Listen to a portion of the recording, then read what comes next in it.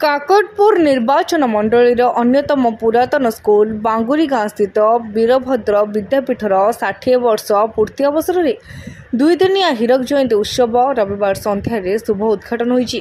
प्रधान शिक्षक श्रीजुक्त अक्षय कुमार जेना सभापतित्व में आयोजित यह उत्सव में मुख्य अतिथि उपमुख्यमंत्री श्रीमती प्रभाती परिड़ा, मुख्य वक्ता भावे काकटपुर श्रीजुक्त तुषारकांत बेहेरा विधायक, सम्मानित अतिथि भाव जिला परिषद उपाध्यक्ष श्रीजुक्त स्वाधीन कुमार नायक, जिला शिक्षा अधिकारी श्रीजुक्त दीपक कुमार पाढ़ी, काकटपुर पंचायत समिति अध्यक्ष श्रीजुक्त श्रीधर नायक, बीडीओ नारायण दीक्षित, विद्यालय प्रथम प्रधान शिक्षक श्रीजुक्त त्रिलोचन साहू प्रमुख जोग देथिले।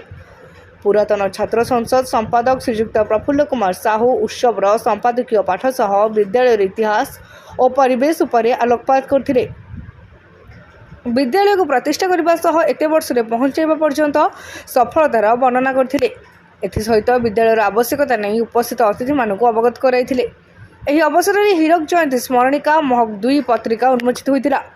एही अवसर में विद्यालयर प्रतिभा और पुरातन सफल शिक्षक मानक अतिथि मानक द्वारा सम्मानित करा जायतिला। उपमुख्यमंत्री प्रभाती परिड़ा तांका वक्तव्य में स्कूल पड़िया रे मिनी स्टेडियम, अतिरिक्त क्लासरूम और अन्य आवश्यक खूब शीघ्र पूरण हेबो बोली कहिथिले। उत्सव परिचालन में पुरातन छात्र शैलन्य पात्र, भवानी साहू, अशोक महाराणा, नटवर साहू, भगवान साहू, कृष्ण नायक, गौरचंद्र विश्वाल सह समस्त पुरातन छात्र छात्री और शिक्षक शिक्षयित्री प्रमुख परिचालन में सहयोग करथिले। ज्ञानरंजन विश्वाल रिपोर्ट, तीर्थक्षेत्र लाइव।